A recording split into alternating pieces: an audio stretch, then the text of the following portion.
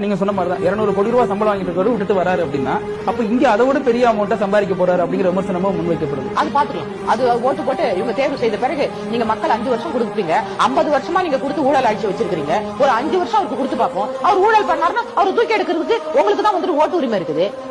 ஒரு நல்லவர் வராருன்னு சொல்லிட்டு அவர் சொல்றாரு. எல்லாருக்குமே இப்படியே 50 வருஷமா தேர்தல் அறிக்கை கொடுத்து அந்த தேர்தல் அறிக்கை நிறைவேற்றாத இந்த ஆட்சி திரும்ப திரும்ப வரணும்னு நம்ம போடும்போது யாரோ ஒரு புது மனுஷன் வராரு, அவருக்கு வந்துட்டு நம்ம ஓட்டு போட்டு பார்ப்போம். அவரும் தப்பு பண்ணா தூக்கி எறிஞ்சிடலாமே.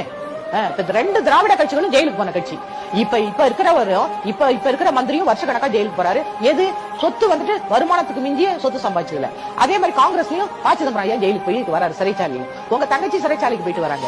இப்படி முன்னாடி இருந்தவங்களும் சசிகலாமா ஜெயலலிதா செத்து போயிட்டாங்க, அத்குஸ்டா தான் செத்தாங்க அவங்க. அப்ப எது வருமானத்துக்கு மிஞ்சிய சொத்து சம்பாதிச்சு யாருடைய சொத்து இவங்க படிச்சுக்கிட்டு சம்பாதிச்சாங்களா?